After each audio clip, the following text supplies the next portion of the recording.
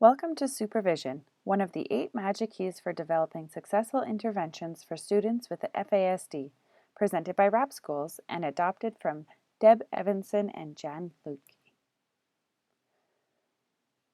Supervision and close monitoring can help the child avoid making poor decisions and getting into trouble, and help children to develop habit patterns of appropriate behavior.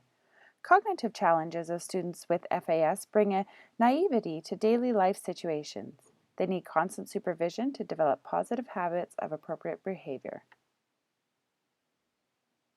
Children with FASD often have difficulties with memory, lack of impulse control, and poor judgment.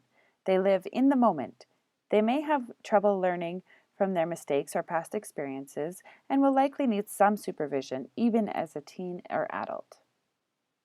Provide supervised activities during the child's free time, such as activities for the bus ride or monitored activities after school.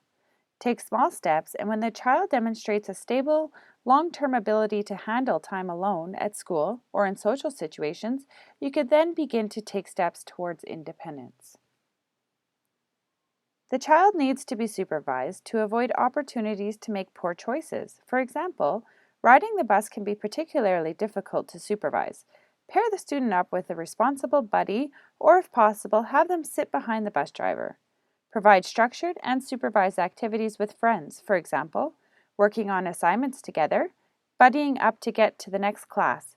The child may need supervision during lunch and recess too. When a child with a FASD is not supervised, they may get into trouble. We often become satisfied when they have successfully accomplished something 5 times in a row. It is the unreliability that fools many of us. We think they have mastered a task, but on the 6th try, it may all fall apart. We always have to think what the consequence would be if they didn't complete a task. Putting supports in place assists children to continue to see success. Provide gentle reminders as part of their everyday life. Gentle reminders can cue the child to accomplish everyday tasks. Cueing can happen in the form of hand gestures, pictures, or simple verbal commands. Be very careful when making assumptions about skills and translating them into independence and self-reliance. The child may be able to complete her routines in class, but may not transfer it to other settings. For example, routines may be completed at home or in class, so the next step is to think in terms of encouraging and supporting the development of these same abilities in other settings outside the home, classroom, or school. Allow children to participate in decision-making around activities they participate in to promote responsibility and the feeling that they have a say in what they are doing. Assist the child to determine the pros and cons of different options you provide and allow them adequate time to make a decision.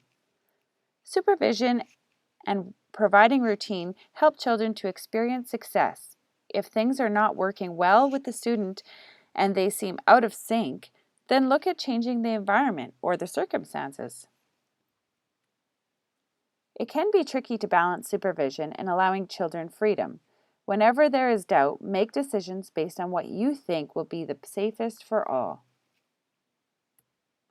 And remember, we cannot change behavior that is caused by brain damage. Support through structure, supervision, routine, and consistency, children may experience success.